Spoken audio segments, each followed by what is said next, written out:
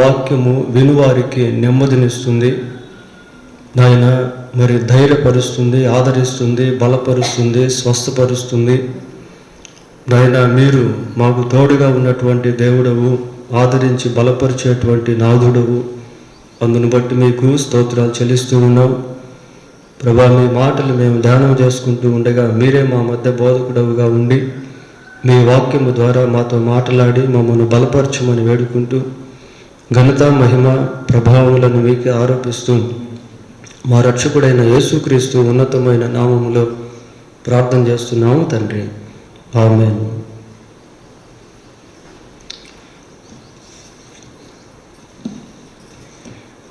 పిల్లరా, ఈరోజు కొన్ని విషయాలు దేవుని వాక్యంలోంచి మనం ధ్యానం చేద్దాం. మరి ముఖ్యంగా ఒకసారి మనం ప్రపంచం గురించి ఆలోచన చేసినప్పుడు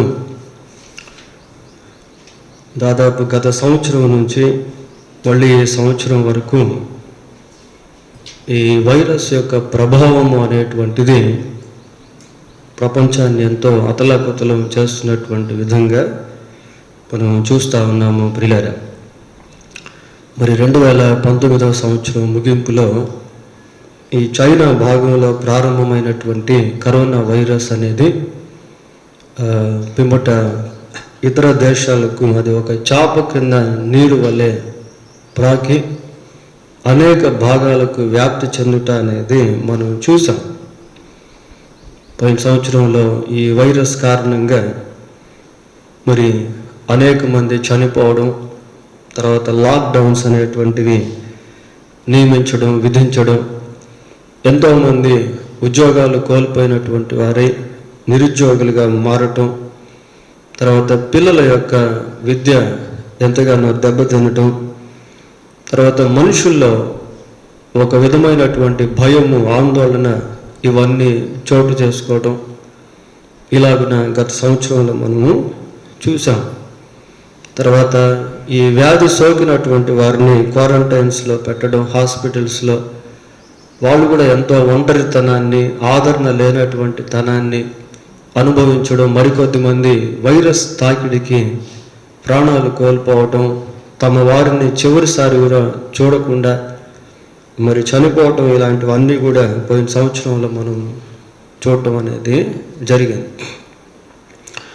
ఆ తర్వాత వైరస్ కొంత తగ్గిన పిమ్మట కొంచెం ఈ లాక్డౌన్ అనేటువంటి దాన్ని తీసివేస్తూ ఆయా భాగాల్లో పిమ్మట అందరూ కూడా బయటకు వచ్చేయటం అనేది మనం చూసాము ప్రియులారా. అది ఎలాంటిది అని అంటే, మరి దొడ్డిలో ఉన్నటువంటి పశువులను ఒక్కసారిగా గేటు తీస్తే ఎలాగైతే బయటకు వచ్చేస్తాయో ఆ రీతిగా ప్రజలు మళ్ళీ బయటకు వచ్చి తిరగటం అనేది ప్రారంభించారు. పక్షులను పంజరంలో బంధించి ఒకసారి అలా విడిచిపెడితే ఎలాగ ఎగిరిపోతాయో అలాగా మనుషులు మళ్ళీ స్వేచ్ఛా జీవులుగా మారి తిరగడం అనేటువంటిది ప్రారంభించారు. ఎక్కడో కొంత మాస్కులు ధరించి, కొంత శానిటైజరు, అలాగే సోషల్ డిస్టెన్స్ పాటించినప్పటికీ చాలా వరకు మరి అనేక మాస్ గ్యాదరింగ్స్, సామూహిక కార్యక్రమాలు విస్తారంగా జరగటం వలన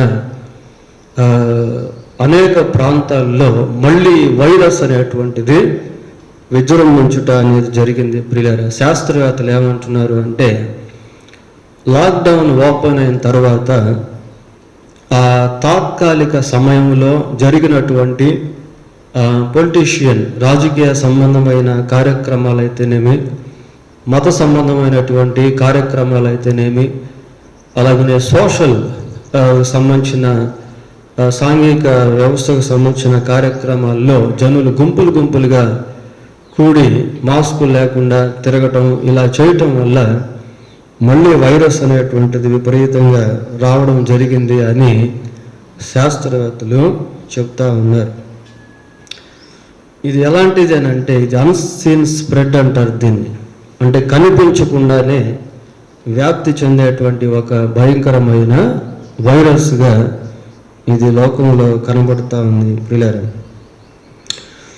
మరి ఈరోజు ప్రపంచ పరిస్థితిని మనం గమనించినప్పుడు పోయిన సంవత్సరం కంటే ఈ సంవత్సరం చాలా భయంకరమైనటువంటి దారుణమైనటువంటి పరిస్థితులు చోటు చేసుకున్నాయి.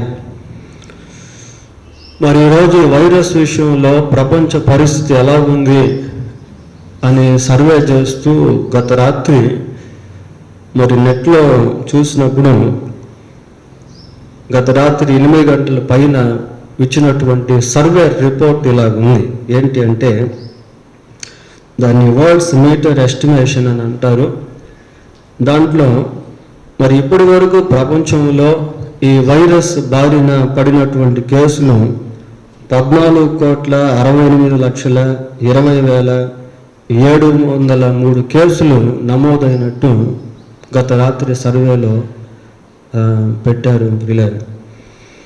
అయితే దాంట్లో మరణాలు ఎన్ని సంభవించినాయి ప్రపంచవ్యాప్తంగానే అంటే 3,10,06,706 మరణాలు సంభవించినట్టుగా గత రాత్రి 8 గంటల సమయంలో ఈ యొక్క సర్వే రిపోర్ట్ అనేది ఇచ్చారు.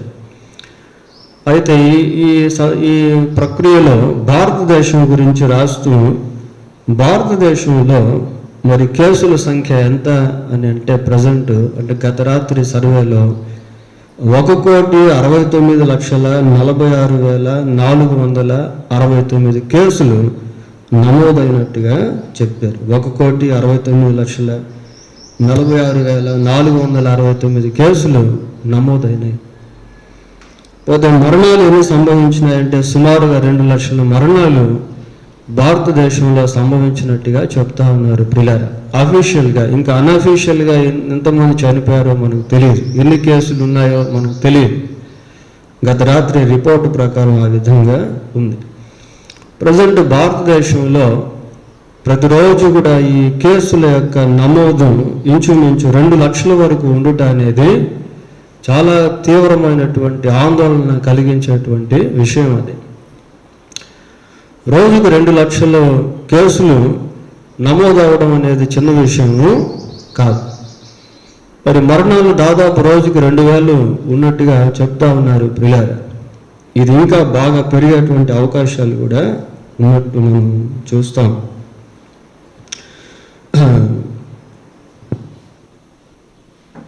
ఈ రీతిగా మరి రోజుకి 2 లక్షల కేసులు, 3 లక్షల కేసులు,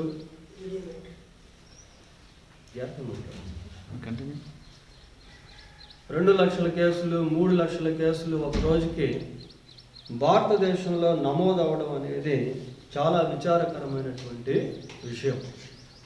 మరి ఒకప్పుడు అంటే పైరు సంవత్సరం అమెరికా దేశంలో, ఇటలీలో ఇలాంటి విపరీతమైనటువంటి మరణాలు అనేటువంటివి కనిపించాయి. కానీ ఈరోజు భారతదేశంలో విస్తారంగా మరణించుట అనేది అది ఎంతో శోచనీయం, ఎంతో దుఃఖకరమైన విషయం. తర్వాత ఈ కరోనాకి ఈ వైరస్ ఏమైపోయింది అంటే the second wave double mandate అని పిలుస్తారు పిల్లలు. ఈ రెండవ దశలో దీని యొక్క స్థితి ఇంకా భయంకరంగా, ఇంకా ఘోరంగా రావటం అనేది మనం చూస్తాం. ఈ రెండవ వేవ్ అనేది ఎలాంటిది అంటే దీంట్లో సింటమ్స్ కొద్దిమంది చెప్తా ఉన్నారు. ఏంటి ఆ సింటమ్స్ అని అంటే, ఒకటి డయేరియా, విరోచనాలు అవటం అనేటువంటిది ఒక సింటమ్. తర్వాత ఈ చేతి వ్రేళ్ళు పాలిపోయినటువంటి విధంగా, గోర్లు పాలిపోయినటువంటి విధంగా రావటం అనేది కూడా రెండవ వేవ్లో ఉన్నట్టు చెప్తా ఉన్నారు. తర్వాత ఆ పొట్ట మధ్య భాగంలో విపరీతమైనటువంటి నొప్పి రావడం, తర్వాత రక్తము ముక్కు ద్వారా, నోటి ద్వారా రావడం, శరీరం అంతా కూడా మరి నీరసం అయిపోవడం, ఇలాంటివన్నీ ఈ సెకండ్ వేవ్లో అనేవి వచ్చినట్టు దాని సింటమ్స్ చెప్తా ఉన్నారు. అదే సమయంలో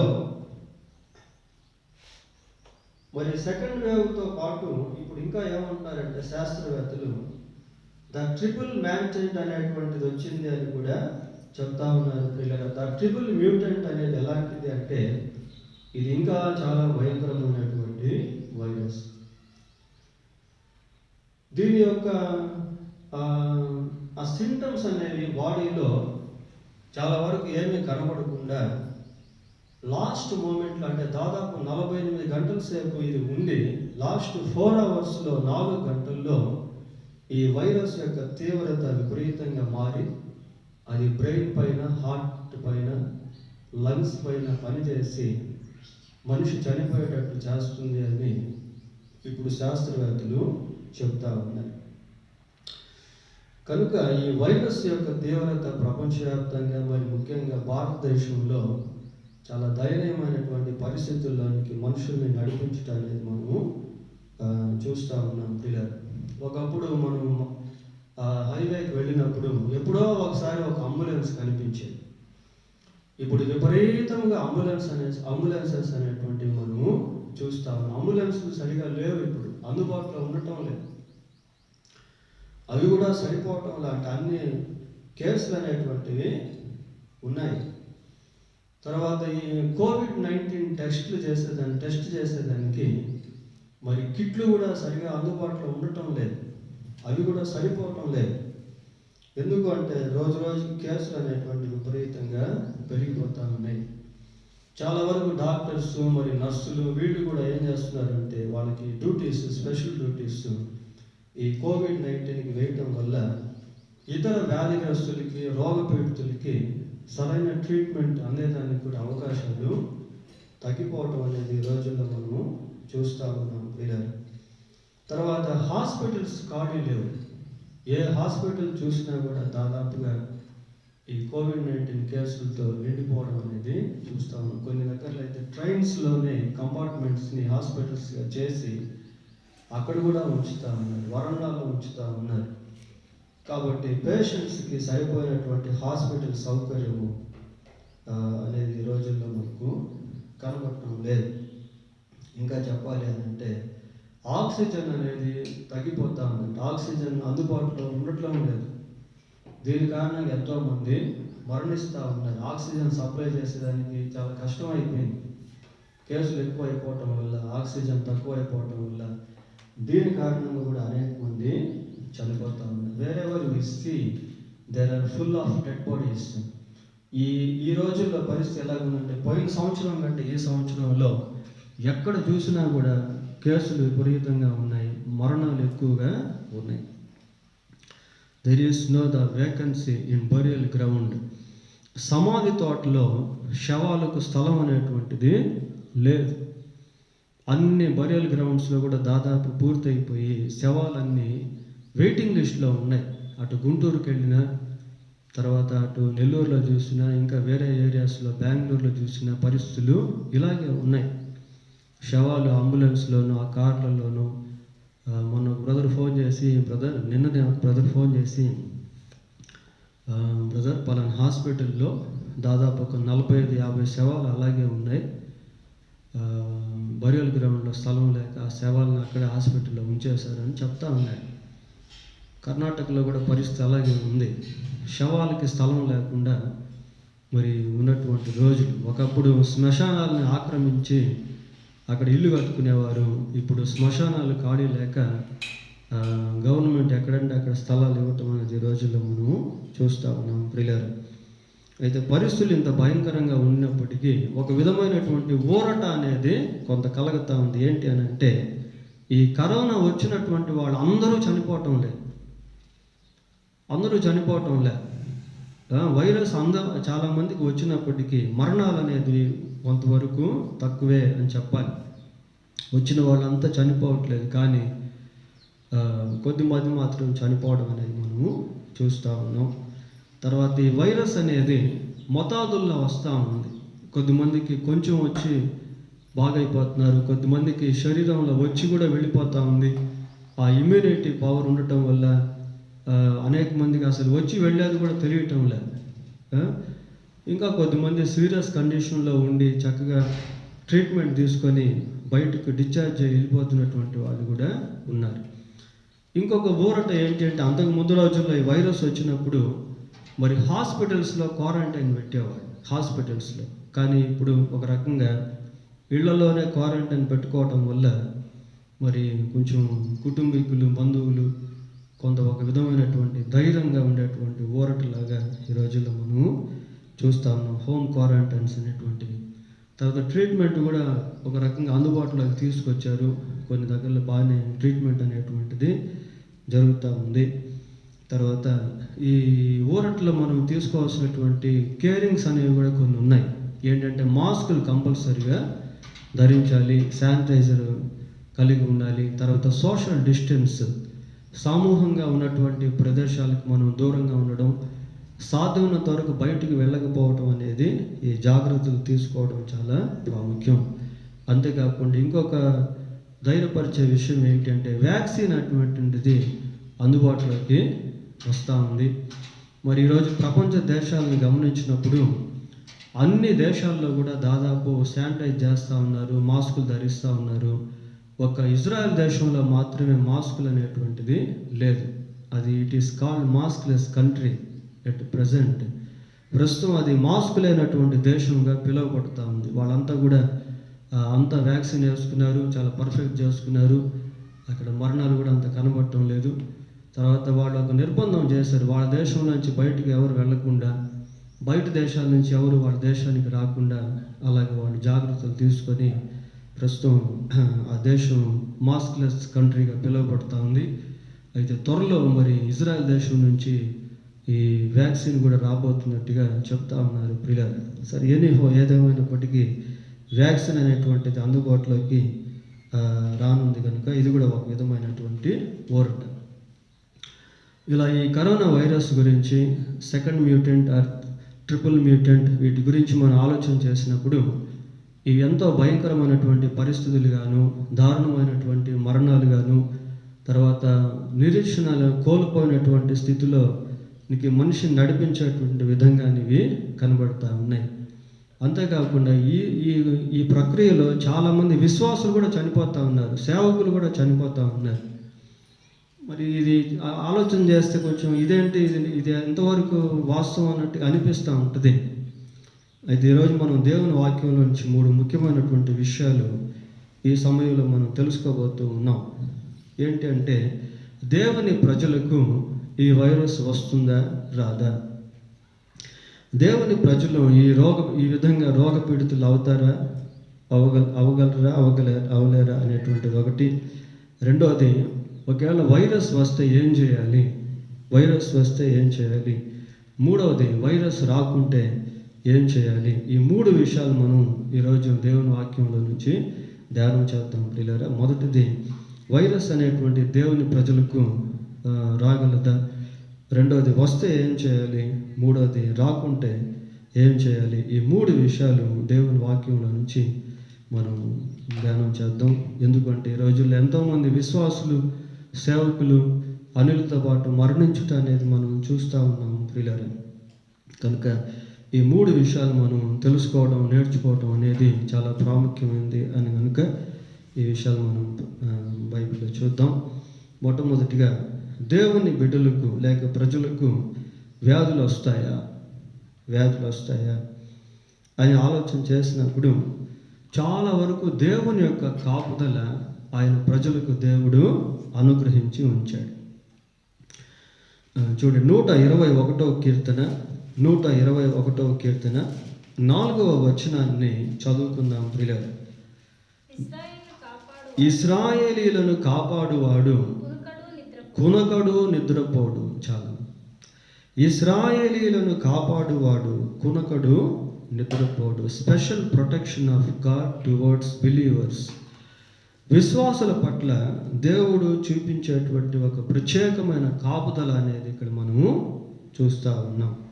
ఇశ్రాయేలీలను కాపాడువాడు కునకడు నిద్రపోడు. దేవుడు విశ్వాసులను కాపాడేటువంటి వాడిగా ఉంటాడు ప్రియారా. చూడండి, 31వ కీర్తన 23వ వచనాన్ని చదువుకుందాం. యెహోవా భక్తులారా, మీరందరూ ఆయనను ప్రేమించుడి. యెహోవా విశ్వాసులను కాపాడును. యెహోవా విశ్వాసులను కాపాడును అనే మాట మనం ఇక్కడ చదువుకుంటా ఉన్నాం. దేవుడు విశ్వాసులను కాపాడేటువంటి వాడిగా ఉన్నాడు. ఇంకా ద్వితీయోపదేశ కాండం 7వ అధ్యాయము 15వ వచనంలో కూడా ఒక మాట మనం చూస్తాం ప్రియులారా. ద్వితీయోపదేశ కాండం 7వ అధ్యాయము 15వ వచనంలో ఒక యెహోవా నీ యొద్ద నుండి సర్వ రోగములను తొలగించి నీవు ఎరిగి ఉన్న ఐగుప్తులోని కఠినమైన క్షయ వ్యాధులన్నిటినీ నీకు దూరపరిచి. చాలు, ఇక్కడ క్షయ వ్యాధులను గురించి, రోగాలను గురించి మనము చూస్తూ ఉన్నాము ప్రియులారా. అంటే దేవుని ప్రజలకు దేవుడు వాటిని దూరపరిచేటువంటి వాడిగా ఉన్నాడు. ఇంకా మనం బైబిల్లో గమనించినప్పుడు 90వ కీర్తన 3వ వచనాన్ని ఒకసారి చదువుకుందాం. 90వ కీర్తన 3వ వచనంలో ఒక మాట మనకు కనబడుతుంది ప్రియులారా. 91వ కీర్తన 3వ వచనం. నీవు మనుషులను మంటికి మార్చుచున్నావు. అమ్మ 91 చదవండి. 91:3. వేటకాని ఉరిలో నుండి ఆయన నిన్ను విడిపించును, నాశనకరమైన తెగులు రాకుండా నిన్ను కాపాడును. నాశనకరమైన తెగులు రాకుండా నిన్ను కాపాడును. కొన్ని తెగుళ్ళు ఏం చేస్తాయంటే నాశనం కలుగు చేస్తాయి ప్రియులారా. తెగులు అనగానే ఏదో జంతువులకి, పక్షులకి, పొలాలకి వచ్చేటువంటి తెగులు అనేది కాదు. ఈరోజు ప్రపంచాన్ని గడగడలాడిస్తున్నటువంటి వైరస్ కూడా ఒక తెగులు లాంటిదే. ఇక్కడ ఏమని చదువుకుంటున్నామంటే నాశనకరమైన తెగులు నుండి నిన్ను విడిపించును అనే మాటలు మనం చదువుకుంటా ఉన్నాం ప్రియులారా. ఇంకా ఎన్నో వాక్యాలు దేవుని గ్రంథంలో మనము చూస్తాం. దేవుడు ఏ విధంగా విశ్వాసులను కాపాడుతాడో, వాళ్ళను సంరక్షిస్తాడో, సేవకులను కాపాడుతాడో, వాళ్ళను భద్రపరుస్తాడో, ఇలాంటి అనేక విషయాలు దేవుని వాక్యంలో మనము చూస్తాం ప్రియులారా. మరి దేవుడు అంతగా సంఘాన్ని కాపాడుతూ ఉన్నప్పటికీ ఎందుకు అనేక మంది విశ్వాసులు రోగపీడితులు అయిపోతున్నారు, ఎంతోమంది వైరస్ కారణంగా కూడా చనిపోతా ఉన్నారు? What is the reason of their death అని మనం ఆలోచన చేసినప్పుడు వాస్తవంగా మరి విశ్వాసికి కూడా రోగం అనేటువంటిది వస్తుంది ప్రియులారా. సేవకులకు కూడా జబ్బులు అనేటువంటివి సహజంగా వస్తూ ఉంటాయి. ఎందుకు అని అంటే మనం ఆత్మకు విమోచన అనేటువంటిది వచ్చింది కానీ శరీరానికి ఇంకా విమోచనం అనేటువంటిది రాలేదు. వీఆర్ ఇన్ ఫ్లెష్, మనం ఇంకా శరీరంలో ఉన్నాం. చూడండి, కొరింథీయులకు రాసిన 2వ పత్రిక 5వ అధ్యాయము, కొరింథీయులకు రాసిన 2వ పత్రిక 5వ అధ్యాయము 3వ వచనాన్ని చదువుకుందాం. ఈ గుడారములో నున్న మనము భారము మోసుకొని మూలుగుచున్నాము అనే మాటలు చదువుతున్నాం ప్రియులారా. ఈ శరీరానికి ఇంకా విమోచనం అనేటువంటిది మనకు రాలేదు. ఆత్మకు విమోచనం అనేది వచ్చింది కానీ శరీరానికి ఇంకా విమోచనం అనేటువంటిది రాలేదు. కనుక దేవుడు కొన్ని అంతేకాకుండా మన జీవితంలో ఈ కూడా మరణాలు అనేటువంటివి, రోగాలు అనేటువంటివి, వ్యాధులు అనేటువంటివి సహజంగా సంభవిస్తూ ఉంటాయి. ప్రకృతి సంబంధంగా కూడా మన శరీరం పైన అవి దాడి చేసేదానికి అవకాశం ఉంటూ ఉంటుంది ప్రియులారా. మరి బైబిల్లో మనం యెషయా గ్రంథం 38వ అధ్యాయం 1వ వచనం చదువుకున్నట్లయితే, యెషయా గ్రంథం 38వ అధ్యాయం 1వ వచనంలో ఆ దినములలో హిజ్కియాకు మరణకరమైన రోగము కలుగగా అనే మాట చదువుతున్నాం ప్రియులారా. హిజ్కియా మంచి దేవుని భక్తుడిగా ఉన్నాడు, రాజుగా ఉన్నాడు. మరి హిజ్కియాకి ఏమొచ్చింది? మరణకరమైనటువంటి రోగం అనేది వచ్చింది. మరణకరమైనటువంటి రోగం అనేది వచ్చింది ప్రియులారా. దేవుని చిత్తం లేకుండా విశ్వాస జీవితంలో ఏమీ జరగదు. దేవుడే కొన్ని అనుమతిస్తాడు, కొన్ని ప్రకృతి సంబంధంగా వస్తూ ఉంటాయి. ఇంకా శరీరానికి విమోచనం రాలేదు కనుక మనం కూడా ఇలాంటి రోగాలు, వ్యాధులు కొన్నిసార్లు అనుభవించాల్సి వస్తుంది ప్రియులారా. But God will never leave us. అయితే దేవుడు మనల్ని విడిచిపెట్టేటువంటి వాడు కాదు. కొన్నిసార్లు దేవుడు ఆయన చిత్తంలో పిలుచుకుంటాడు. ఈ రోజుల్లో మనం ఎంతోమంది విశ్వాసులు చనిపోవటం, సేవకులు చనిపోవటం మనం చూస్తూ ఉన్నాం. దేవుడు పిలుచుకుంటాడు. ప్రియరా చూడండి, 90వ కీర్తన 3వ వచనం చదువుకుందాం. 90వ కీర్తన 3వ వచనాన్ని చదువుకుందాం. నీవు మనుషులను మంటికి మార్చుచున్నావు, నరులారా తిరిగి రండని నీవు సెలవిచ్చుచున్నావు. నరులారా తిరిగి రండని ఆయన సెలవిస్తూ ఉన్నాడు. కొన్నిసార్లు దేవుడు తన యొద్దకు పిలుచుకుంటాడు. కొన్నిసార్లు దేవుడు వ్యాధిని అనుమతిస్తాడు. కొన్నిసార్లు వ్యాధులు ప్రకృతి సంబంధంగా శరీరంలోనికి ప్రవేశిస్తాయి. ఎందుకంటే మనం శరీరంలో ఉన్నాం. లోకం అంతా కూడా రకరకాల రోగాలతో, జబ్బులతో నింపబడి ఉంది. వాతావరణంలో మార్పులు, జీవుల్లో మార్పులు, తీసుకునే ఆహారంలో మార్పులు, ఇలాంటివన్నీ కూడా ఉన్నాయి. ప్రియులారా, ఈ ట్రిపుల్ మ్యూటెంట్ గురించి మాట్లాడుతూ ఏమంటున్నారు అంటే, ఆ వైరస్ ఎక్కడైతే ఉంటుందో అది గాల్లో ఉంటుందని చెప్తా ఉన్నారు. ప్రియులారా, 8 hours వరకు అది గాల్లో ఉంటుంది అంటున్నారు. అది ముక్కులో నుండి మాత్రమే కాకుండా కళ్ళల్లో నుండి కూడా ప్రవేశించే అవకాశం ఉన్నట్టు సర్వేలో చెప్తా ఉన్నారు. కాబట్టి అలాంటి భీకరమైనటువంటి వాతావరణంలో మనం జీవిస్తూ ఉన్నాం. కనుక విశ్వాస జీవితంలో కూడా ఇలాంటివి దేవుని చిత్తంలో వస్తాం. వితౌట్ గాడ్స్ పర్మిషన్, దేవుని చిత్తం లేకుండా, అనుమతి లేకుండా విశ్వాస జీవితంలో ఏమీ రావు. ఒకవేళ వచ్చినా కూడా దేవుడు దాని విషయంలో తప్పకుండా సహాయం చేస్తూ ఉంటాడు. ఆయన చిత్తాన్ని జరిగిస్తూ ఉంటాడు. ప్రియులారా, సరే, కాబట్టి విశ్వాసికి కూడా మరి శోధన అనేది వస్తూ ఉంటుంది, వ్యాధి అనేటువంటిది వస్తూ ఉంటుంది, రోగం అనేటువంటిది వస్తూ ఉంటుంది, మరణాలు అనేటువంటివి కూడా దేవుని చిత్తానుసారంగా సంభవిస్తూ ఉంటాయి. ఎంతోమంది మిషనరీలు చరిత్రలో మనం గమనించినప్పుడు మరి మిషనరీలుగా ఉండి దేవుని పరిచర్య చేసినటువంటి వాళ్ళు అనేక మంది వ్యాధిగ్రస్తులై మరణించుట అనేది మనము చూస్తాం. పిల్లలు, కాబట్టి న్యాచురల్ డిసీజెస్, ఈ ప్రకృతి సంబంధమైనటువంటి రోగాలు, వ్యాధులు అనేటువంటి విశ్వాసులకు, సేవకులకు కూడా వచ్చే అవకాశం అనేది ఉంటుంది. అయితే వ్యాధి వచ్చినప్పుడు ఏం చేయాలి? ఇది రెండవ ప్రశ్న. ఇది చాలా ప్రాముఖ్యమైనటువంటిది. ప్రియులారా, వ్యాధి వచ్చినప్పుడు ఏం చేయాలి అనేటువంటిది చాలా ప్రాముఖ్యమైనటువంటి ప్రశ్న.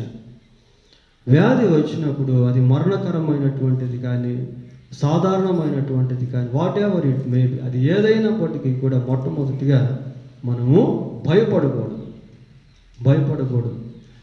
ఇప్పుడు ఈ కరోనా విషయమై చాలామంది ఏమంటున్నారు అంటే, వ్యాధి కంటే మనుషులు భయపడటం వలన దాని యొక్క తీవ్రత అధికమవుతుంది శరీరంలో అని చెప్తా ఉన్నారు. ప్రియులారా, సో ఫస్ట్ ఆఫ్ ఆల్, కాబట్టి మొదటిగా ఈ భయపడకుండా ఉండటం అనేది చాలా ఇంపార్టెంట్.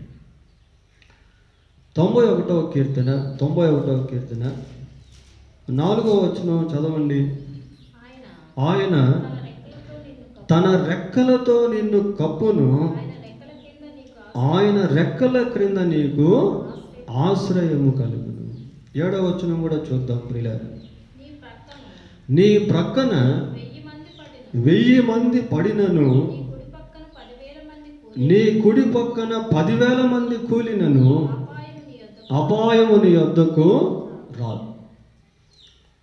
ఇందాక ఒక ఆంటీ గారు ఫోన్ చేసి వాళ్ళ కుమారుడికి మరి ఇలాగా వైరస్ సోకింది అని, ట్రీట్మెంట్ తీసుకుంటున్నాడని చెప్పారు. ఇలా ఉదయం వరకు బాగానే ఉన్నాడట.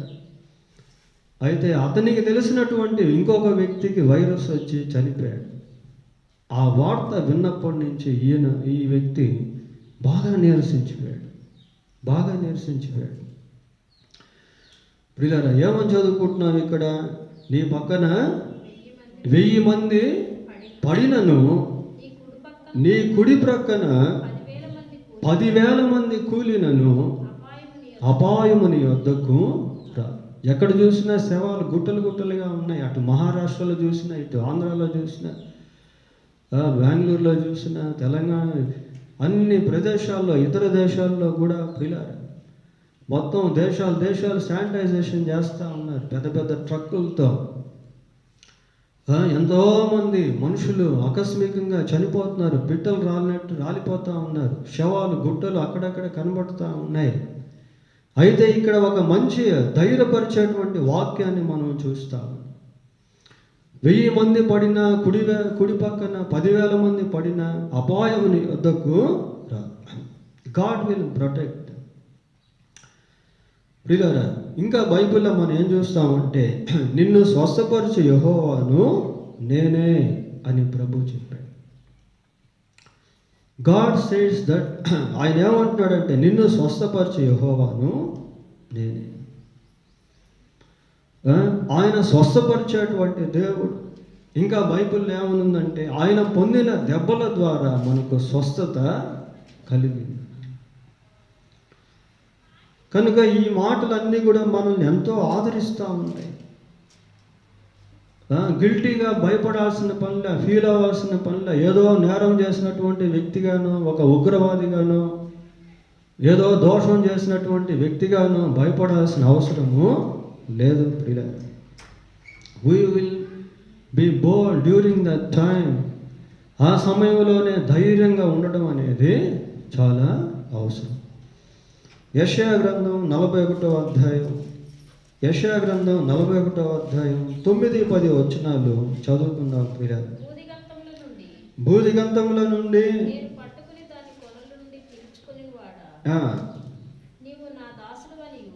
నీవు నా దాసుడవనియు నేను నిన్ను ఉపేక్షింపక ఏర్పరచుకుంటుననియు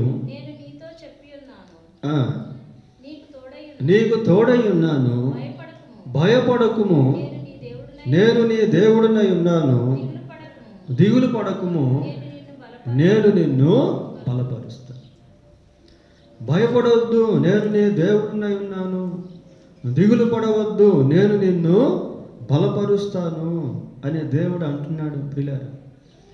ఏమంటే, లోకం ఇంత భయంకరమైనటువంటి పరిస్థితుల్లో ఉన్నప్పటికీ ఇదే లోకంలో దేవుడు కూడా ఉన్నాడు. ప్రభు అన్నాడు, యేసుక్రీస్తు ఏమన్నాడంటే, ఇదిగో యుగ సమాప్తి వరకు సదాకాలం నేను మీతో కూడా ఉన్నాను అన్నాడు. ఇదే లోకంలో పరిశుద్ధాత్మ దేవుడు పనిచేస్తూ ఉన్నాడు ప్రియులారా. పరిశుద్ధాత్మ దేవుడు ఆదరించేటువంటి వాడిగా, బలపరిచేటువంటి వాడిగా, ధైర్యపరిచేటువంటి వాడిగా, నెమ్మదినిచ్చేటువంటి దేవుడిగా ఉన్నాడు. ఇదే లోకంలో సార్వత్రిక సంఘం కూడా ఉంది. ఈ మరణకరమైనటువంటి ప్రదేశంలో సార్వత్రిక సంఘం కూడా సజీవంగా ఉంది. ఎంతోమంది ప్రార్థన చేస్తూ ఉన్నారు ఈ రోజుల్లో. ఆల్ నైట్ ప్రేయర్స్ జరుగుతూ ఉన్నాయి, ఫాస్టింగ్ ప్రేయర్స్ జరుగుతూ ఉన్నాయి, ఆన్లైన్ ప్రేయర్స్ జరుగుతూ ఉన్నాయి. ప్రియులారా, లోకం కొరకు సంఘం ఎంతగానో ప్రార్థన చేస్తూ ఉంది, సేవకులు ఎంతగానో ప్రార్థన చేస్తూ ఉన్నారు.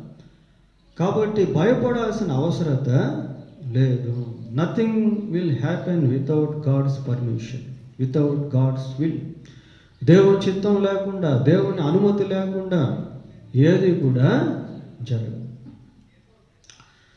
కాబట్టి ఒకవేళ ఈ వ్యాధి వస్తే భయపడాల్సిన అవసరము లేదు ప్రియ, దిగులు పడాల్సిన అవసరము లేదు. Why? Because God is with us, the church is with us, the prayer protection is with us. ప్రార్థన, కాపుదల, సంఘ ఆదరణ, అలాగనే దేవుని యొక్క తోడు, ఇవన్నీ కూడా మనము కలిగి ఉన్నాం ప్రియారా. వ్యాధి వస్తే ఏం చేయాలి అంటే, రెండవదిగా దేవుని పైన ఆధారపడాలి. దేవుని పైన ఆధారపడాలి. ఎందుకు అంటే, ఆయనే సమస్తమును తనకు లోబర్చుకుని జాలిన శక్తి కలిగినటువంటి వాడు. చూడండి, ఫిలిప్పీలకు రాసిన పత్రిక 3వ అధ్యాయము, ఫిలిప్పీ పత్రిక 3వ అధ్యాయము 21వ వచనాన్ని చదువుకుందాం ప్రియులారా. సమస్తమును తనకు లోబర్చుకున్న జాలిన శక్తిని బట్టి, చాలు. సమస్తమును తనకు లోబర్చుకున్న జాలిన శక్తిని బట్టి. యేసుక్రీస్తు ఎలాంటి వాడు అంటే, he can control everything under his authority. ఆయన సమస్తాన్ని తన అధికారము క్రింద లోపరుచుకుంటాడు ప్రియులారా. కనుక అలాంటి దేవుడు ఉన్నాడు కనుక ఆయన మీద మనం ఆధారపడాలి. మరి హిజ్కియాకు మరణకరమైన రోగం వచ్చినప్పుడు దేవుని సన్నిధిలో ఎంతగానో ప్రార్థన చేశాడు, కన్నీరు కార్చాడు, దేవుని వైపు తిరిగాడు. అప్పుడు దేవుడు ఏం చేశాడు అంటే ఆయనకు స్వస్థత ఇచ్చి 15 సంవత్సరాల ఆయుష్ను పొడిగించాడు. ప్రియులారా, కనుక మన కాలగతులు దేవుని యొక్క చేతిలో ఉన్నాయి. మరణము తప్పించుట యెహోవా వశము అని బైబిల్లో మనం చదువుతాం. కనుక we must learn to depend on God, rely on God. దేవుని పైన ఆధారపడేది మనము నేర్చుకోవాలి. తర్వాత మూడవదిగా, వ్యాధి వచ్చినప్పుడు ప్రభు సన్నిధిలో ప్రార్థించేటువంటి వారంగా ఉండాలి. ఇది చాలా ఇంపార్టెంట్ ప్రియులారా, భయపడాల్సిన పని లేదు. ప్రార్థించేటువంటి వారంగా మనము ఉండాలి. ఈ ప్రార్థనలో మనం ఏం చేయాలి అంటే, ఒకవేళ దేవునికి విరోధంగా ఎక్కడైనా ఏదైనా చేసి ఉంటే దాన్ని సరిచేసుకోవాలి ప్రియులారా. ప్రభు సన్నిధిలో మనల్ని మనం పరిశీలించుకొని ప్రభువుకు వ్యతిరేకంగా ఏదైనా ఉన్నట్లయితే దాన్ని సరిచేసుకోవడం అనేది మంచిది.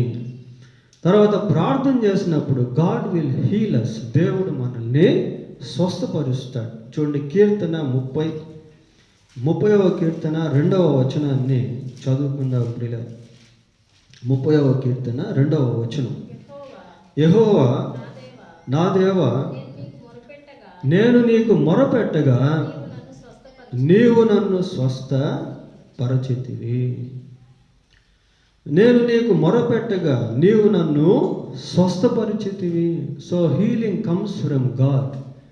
కాబట్టి వ్యాధి వచ్చినప్పుడు ఏం చేయాలి అంటే దేవుని సన్నిధిలో మొరపెట్టాలి ప్రియులారా. దేవుని సన్నిధిలో ప్రార్థన చేయాలి, దేవుడు స్వస్థపరుస్తాడు. Nothing will happen without God's permission. ఏది కూడా దేవుని యొక్క అనుమతి లేకుండా జరగదు. మొరపెట్టాలి. తర్వాత 4వదిగా, వ్యాధి వచ్చినప్పుడు ఏం చేయాలి అంటే దేవుని వాక్యాన్ని చదువుతూ ఉండాలి. దేవుని వాక్యాన్ని చదువుతూ ఉన్నప్పుడు ఆ వాక్యం మనల్ని ఎంతగానో ఆదరిస్తూ ఉంటుంది, బలపరుస్తూ ఉంటుంది. 119వ కీర్తన 50వ వచనం చదువుకుందాం. 119, నీ వాక్యము నన్ను బ్రతికించెను, నా బాధలో ఇదే నాకు నెమ్మదిని కలిగించు. తొందరలను తీసేస్తుంది, కలవరాలను తీసేస్తుంది. వాక్యం చదువుతూ ఉన్నప్పుడు ఆ వాక్యంలో ఉన్నటువంటి నెమ్మది మన హృదయంలో పనిచేస్తూ ఉంటుంది. వాక్యాన్ని బట్టి మనం ధైర్యం పొందుకుంటూ ఉంటాం. 23వ కీర్తన 91వ కీర్తన, తర్వాత 119వ కీర్తన, సువార్తల్లో ఏ విధంగా యేసుక్రీస్తు ప్రభు స్వస్థపరిచాడో, మరణం నుండి మనుషుల్ని ఏ విధంగా లేపాడో, ఇలాంటి అనేక విషయాలు మనకు కనబడతాయి.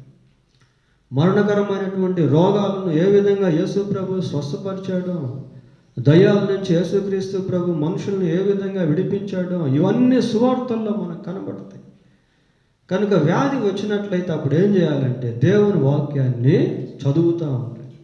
అలా చదువుతూ ఉన్నప్పుడు మనం ఎంతగానో ధైర్యపరచబడతాం, బలపరచబడతాం. ఒక నిరీక్షణ అనేది మన శరీరంలో అంకురించుకుంటుంది ప్రియులారా. ఒక నిరీక్షణ అనేటువంటిది మన శరీరంలో కలుగుతుంది. మనం ఎంతో we will be bold when we read the word of God. The word of God gives us great boldness. దేవుని వాక్యం మనల్ని ఎంతగానో ఆదరించి, బలపరిచి, ధైర్యపరిచి దేవుని వైపు చూసేదానికి సహాయపడుతుంది ప్రియులారా. ఇంకా ఎన్నో విషయాలు ఉన్నాయి. సరే, పోతే 3వ ప్రశ్న ఏంటి అంటే వ్యాధి రాకుండా ఏం చేయాలి? వ్యాధి రాకుంటే ఏం చేయాలి? ఇది కూడా చాలా ఇంపార్టెంట్ ప్రియులారా. విశ్వాస జీవితంలో 3 రోల్స్, 3 పాత్రల గురించి మనం ఈ వాక్యంలో ధ్యానం చేస్తూ ఉన్నాం. ఒకటి, విశ్వాసికి రోగం వస్తుందా రాదా? రెండోది, ఒకవేళ రోగం వస్తే ఏం చేయాలి? మూడోది, రోగం రాకుంటే ఏం చేయాలి? వ్యాధి రాకుంటే ఏం చేయాలి? మొట్టమొదటిగా వచ్చినటువంటి వాళ్ళ కొరకు ప్రార్థన చేయాలి. దేశం కోసం ప్రార్థన చేయాలి, లోకం కోసం ప్రార్థన చేయాలి. ప్రియులారా, యేసుక్రీస్తు ప్రభు తన్ను వెంబడించినటువంటి వారిని చూస్తూ అన్నాడు, you are the light of the world అన్నాడు. మీరు లోకానికి వెలుగై ఉన్నారు అన్నాడు. You are the salt of the on the earth అన్నాడు. మీరు లోకానికి ఉప్పై ఉన్నారు అని అన్నాడు. ప్రియులారా, కనుక విశ్వాసి రోగం రానప్పుడు ఏం చేయాలి అంటే దేశం కోసం ప్రార్థన చేయాలి. దినవృత్తాంతం 2వ గ్రంథం 7వ అధ్యాయం, దినవృత్తాంతములు 2వ గ్రంథం 7వ అధ్యాయము 14వ వచనాన్ని ఒకసారి చదువుకుందాం. నా పేరు పెట్టబడిన నా జనులు తమను తాము తగ్గించుకొని ప్రార్థన చేసి నన్ను వెతికి తమ చెడు మార్గమును విడిపించిన యెడల ఆకాశము నుండి నేను వారి ప్రార్థనను విని వారి పాపములను క్షమించి వారి దేశమును స్వస్థపరచెదను. చూడండి ఎలాగుందో వాక్యం, వారి దేశమును స్వస్థపరచెదను. కనుక విశ్వాస యొక్క ప్రార్థన, సేవకుల యొక్క ప్రార్థన లోకానికి చాలా అవసరం. ప్రియులారా, చాలా అవసరం.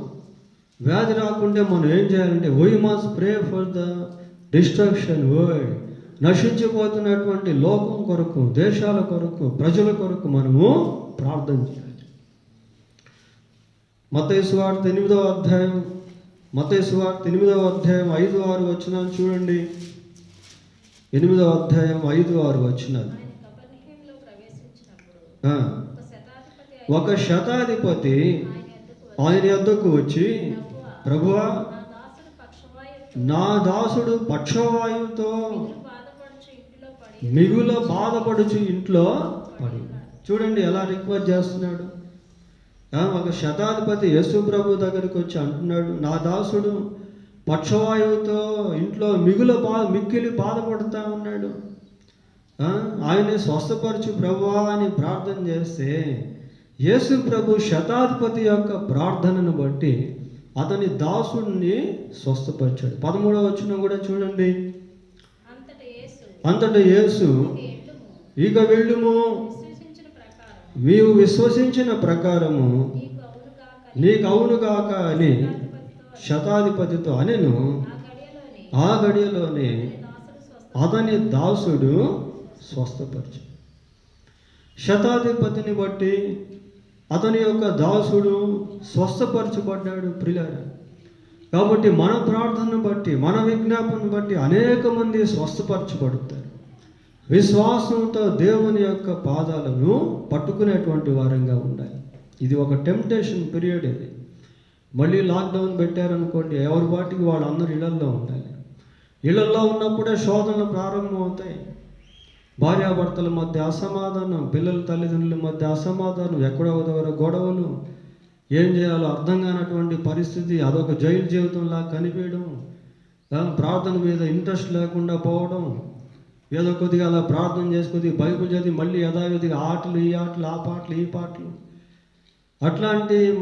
అట్లాంటి స్థితి మళ్ళీ ఒకవేళ వస్తుందేమో. ప్రియులారా, కనుక విశ్వాసి తన జీవితంలో ఏం చేయాలి అంటే లోకం కోసం ప్రార్థన చేసే వ్యక్తిగా ఉండాలి. నశించిపోతున్న వారి కొరకు, అవసరతలో ఉన్నటువంటి వారి కొరకు, క్లిష్టమైనటువంటి పరిస్థితులను దేవుడు అనుకూలమైనటువంటివిగా మార్చేదాని కొరకు ప్రార్థన చేసేవారుగా ఉండాలి. ప్రియులారా, తర్వాత ఏం చేయాలి అంటే రెండవదిగా దీంట్లో వ్యాధి రాకుండా ఏం చేయాలనే దాంట్లో రెండవదిగా, ఇప్పటికే ఎంతోమంది మరణించారు, ఎంతోమంది వైరస్ కారణంగా చనిపోయారు. ఇందాక మనం సర్వేలో చూసాం కదా, ఎన్ని లక్షల మంది చనిపోయారో, ఎన్ని కోట్ల మంది చనిపోయారు. ఇందాక మనం సర్వేలో చూసాం. ఈ మరణించినటువంటి వారికి సంబంధించిన కుటుంబీకులు ఎంతో దుఃఖపడిపోయి ఉంటారు, బాధపడి ఉంటారు, గుండె బద్దలైపోయినటువంటి స్థితిలో ఉంటారు. ప్రియులారా, we must pray for victims comfortness. వారి యొక్క ఆదరణ కొరకు మనం ప్రార్థన చేసేటువంటి వారంగా ఉండాలి. వారి యొక్క ఆదరణ కోసం మనం ప్రార్థన చేసేటువంటి వారంగా ఉండాలి. దాంట్లో ఎంతమంది పిల్లలను కోల్పోయినటువంటి తల్లిదండ్రులు ఉన్నారో, తల్లిదండ్రులను కోల్పోయినటువంటి అనాథలైన పిల్లలుగా ఎంతమంది ఉన్నారో, ఎంతమంది భర్తలను కోల్పోయినటువంటి విధవరాలైన స్త్రీలు ఉన్నారో, ప్రియులారా, రక్త సంబంధికులను కోల్పోయినటువంటి వాళ్ళు ఎంతమంది ఉన్నారో, వాళ్ళ విషాదం అంతా ఎంతగా. ప్రపంచం అంతా విషాద ఛాయలు అలుముకున్నటువంటి దినాలు ఇవి. కనుక చనిపోయినటువంటి వారికి సంబంధించినటువంటి వారి యొక్క ఆప్తుల ఆదరణ కొరకు మనము ప్రార్థన చేయాలి. దేవుడే వారిని ఆదరించాలి, బలపరచాలి ప్రియులారా. తర్వాత ఇంకా ఏం చేయాలంటే, మూడవదిగా, ఎంతమంది అయితే ఈ వ్యాధి బారిన పడి ఉన్నారో మనకు తెలియదు. ఎంతమంది వ్యాధి బారిన పడి నలిగిపోతున్నారో మనకు తెలియదు. వారి యొక్క స్వస్థత కొరకు ప్రార్థన చేయాలి. మరణం తప్పించుట యెహోవా వశం కనుక దేవుడు వారికి సహాయం చేయనట్లుగా, ఆ మరణం నుండి వారిని దేవుడు కాపాడినట్లుగా వారి కొరకు ప్రార్థన చేయాలి. It is our responsibility to pray for such kind of people. అలాంటి ప్రజల కొరకు ప్రార్థన చేయుట అనేటువంటిది మన యొక్క బాధ్యత. పోతే నాలుగోదిగా, వ్యాధి రాకుండా మనం ఏం చేయాలి అంటే, నాలుగోదిగా, ఏదో ఒక విధానంలో సువార్త, దేవుని వాక్యము ఇతరులకు ప్రకటించే వారంగా ఉండాలి. ఇప్పుడంతా మనకి ప్రసార సాధనాలు వచ్చేసాయి. వాట్సాప్ల ద్వారా, ఫేస్బుక్ల ద్వారా, యూట్యూబ్ల ద్వారా ఏదో ఒక విధంగా ఒక సువార్త సందేశాన్ని దేవుని సన్నిధిలో కూర్చొని సిద్ధపరిచి దాన్ని మనము ప్రకటించాలి. దేవుని వాక్యాన్ని సిద్ధపరచుకొని ప్రార్థనతో ఏదో ఒక విధంగా మనం ప్రకటించాలి. వాల్పేపర్స్ ద్వారా కానీ, లేకుంటే ఈ యొక్క ఫేస్బుక్ల ద్వారా కానీ, లేకుంటే ఆడియో ద్వారా కానీ, లేకుంటే యూట్యూబ్ల ద్వారా కానీ, ఏదో ఒక విధాలుగా సువార్త మనం ప్రార్థన పూర్వకంగా విశ్వాసంతో ప్రకటించాలి. ఇందాక మనం చూసాం కదా, దేవుని వాక్యం ఏ విధంగా మనిషిని ఆదరిస్తుందో అనేది. కనుక we must bring the word, we must take the word. దేవుని వాక్యాన్ని మనం ఆ విధానంలో ఆయన తీసుకుని వెళ్ళేటువంటి వారంగా ఉండాలి ప్రియులారా. ఇంకొక మాట చూద్దాం బైబిల్లో చివరిగా. యోహాను రాసిన మొదటి పత్రిక 2వ అధ్యాయం 2వ వచనం చదువుకుందాం. యోహాను రాసిన మొదటి పత్రిక 2వ అధ్యాయం 2వ వచనం. ఆయనే మన పాపములకు శాంతికరమై ఉన్నాడు. మన పాపములకు మాత్రమే కాదు, సర్వలోకమునకు శాంతికరమై ఉన్నాడు. ప్రియులారా, ఈ విషయం ప్రజలకు అర్థమైతే, తెలిస్తే మనుషులంతా కూడా యేసు ప్రభు వైపు చూడగలుగుతారు. ఆయన ద్వారా లోకానికి శాంతి అనేది కలుగుతుంది. ఆయనే లోకానికి ప్రాయశ్చిత్త బలిగా మారినటువంటి ఒకే ఒక దేవుడు. ఆయన సిలువలో కార్చినటువంటి అమూల్యమైన రక్తము ద్వారా సర్వ మానవాళికి పాపక్షమాపణ, నిత్య జీవము అనేటువంటిది అనుగ్రహించబడింది. మనిషి నిత్య జీవం పొంది చనిపోతే దేవుని యొక్క రాజ్యంలోనికి వెళ్తాడు. ప్రభునందు విశ్వాసం ఉంచకుండా, పాపక్షమాపణ పొందకుండా చనిపోతే అతని యొక్క ఆత్మ ఆ నిత్య నరకంలోనికి వెళ్ళిపోతుంది. అది ఇంకా మహాభయంకరమైనటువంటిది. మనుషులు దాని గురించినటువంటి గ్రహింపులోనికి రావాలి. Why it is happening throughout the world, unseen enemy is working throughout the world. Why, ఎందుకు ఈ కనిపించని శత్రువు ప్రపంచం అంతా కూడా దాడి చేస్తూ ఉంది, పని చేస్తూ ఉంది. మనిషి దాని గురించి ఆలోచన చేయాలి ప్రియులారా. వాట్ హ్యాపెన్స్ ఆఫ్టర్ డే, చనిపోయినాక ఏమవుతుంది అనే దాని గురించి మనిషి ఆలోచన చేయాలి. యేసుక్రీస్తు సర్వలోకమునకు శాంతికరమై ఉన్నాడు. ఇప్పుడంతా ఫిల్టరేషన్ పీరియడ్ ఇది. మనుషులు దేవునికి విరోధంగా జీవించినప్పుడు మొట్టమొదటి ఫిల్టరేషన్ అనేది ఆదికాండం 7వ అధ్యాయంలో జరిగింది. ఆ 7వ అధ్యాయంలో ఆనాటి ప్రపంచ జనాభా జలప్రళయం చేత చనిపోయారు. ఒక నోవాహు వారి యొక్క కుటుంబము రక్షింపబడ్డారు. పిల్లరా, ఈ ఫిల్టరేషన్లో ఎంతమంది చనిపోతారో మనకు తెలియదు, ఎన్ని కోట్ల మంది చనిపోతారో మనకు తెలియదు. తర్వాత ఇంకొక ఫిల్టరేషన్ జరగబోతా ఉంది. యేసు ప్రభు ఆకాశ మండలానికి వచ్చినప్పుడు ప్రభువు నమ్ముకున్నటువంటి కోటాను కోట్ల ప్రజలు అదృశ్యులైపోతారు. It is major filtration. అది మహా గొప్ప ఫిల్టరేషన్ ప్రియులారా. బొడియ కట్టబడుట అనేది ఉంటుంది. ఇంకా తర్వాత ట్రిబులేషన్ పీరియడ్, శ్రమల కాలంలో కూడా చాలామంది మరణిస్తారు. అప్పుడు కూడా ఫిల్టరేషన్ అనేటువంటిది జరుగుతుంది. ఇలా బైబిల్ చరిత్రను మనం ఆలోచిస్తే నిజంగా మానవ లోకముల గురించి అనేక విషయాలు అందులో రాయబడి ఉన్నాయి ప్రియులారా. కనుక ఈ పరిస్థితులు ప్రభు రాకడను జ్ఞాపకం చేస్తూ ఉన్నాయి. లోకం ఇంత దారుణమైనటువంటి పరిస్థితుల్లోకి వెళ్ళిపోతా ఉంది. ఎక్కడ చూసినా సమాధానం అనేది లేదు. కనుక యేసుక్రీస్తు ప్రభు త్వరగా రాబోతూ ఉన్నాడు. ఆయన రాకడ కొరకు ఎదురు చూస్తూ నిరీక్షణ కలిగి ఈ లోకంలో మన యొక్క పాత్ర మనం నిర్వహించుట అనేది చాలా అవసరం. మన ప్రార్థన లోకానికి చాలా అవసరం ప్రియులారా. దేవుడు తన వాక్యాన్ని దీవించును గాక. ప్రార్థన చేసుకుందాం. ప్రార్థన.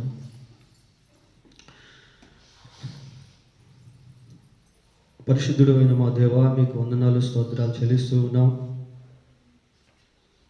నాయన. మీరు సమస్తమును మీ స్వాధీనముందు ఉంచుకొనగలిగిన దేవుడవు, సమస్తమును నూతన పరచగల దేవుడవు, సమస్తమును బాగు చేయగలిగిన దేవుడవు ప్రభువా. నాయన, ప్రస్తుత ప్రపంచ పరిస్థితి బహు భయాందోళనతోనూ, కలవరంతోనూ, మరణాలతోనూ, విషాదములతోనూ ప్రభువా దిక్కు తోచినటువంటి స్థితిలోనూ మునిగిపోయి ఉంటుండగా, మీరు మాత్రమే ఈ లోకానికి శాంతికరమైనటువంటి దేవుడవు. మీరు కార్యం చేస్తే తప్ప లోకానికి నెమ్మది లేదు, విడుదల లేదు ప్రభువా. దయతో మీరు కనికరించి ఈ వైరస్ సంపూర్తిగా నాయన నశించిపోవునట్లుగా సహాయం చేయమని ప్రార్థిస్తూ ఉన్నాం. ఈ వైరస్ బారిన పడినటువంటి వారందరినీ మీరు దయతో కాపాడమని వేడుకుంటూ ఉన్నాం ప్రభువా. నాయన, మీరు కృప చూపించి దయతో సహాయం చేయండి నాయన, కనికరించమని వేడుకుంటూ ఉన్నాం నాయన. దీన్ని బట్టి ప్రపంచ జీవన విధానాలు ఎక్కడ కూడా ఏ విధంగా స్తంభించిపోకుండా ప్రభువా మీరు కృప చూపించి సహాయము చేయండి నాయన, కనికరించండి. వ్యాక్సిన్ విషయంలో కూడా దయతో సహాయం చేయండి ప్రభువా. నాయన కృప చూపించండి నాయన. ఎంతమంది చనిపోయారో వారికి సంబంధించిన ఆపతులకు ఆదరణ దయచేయమని వేడుకుంటూ ఉన్నాం ప్రభువా.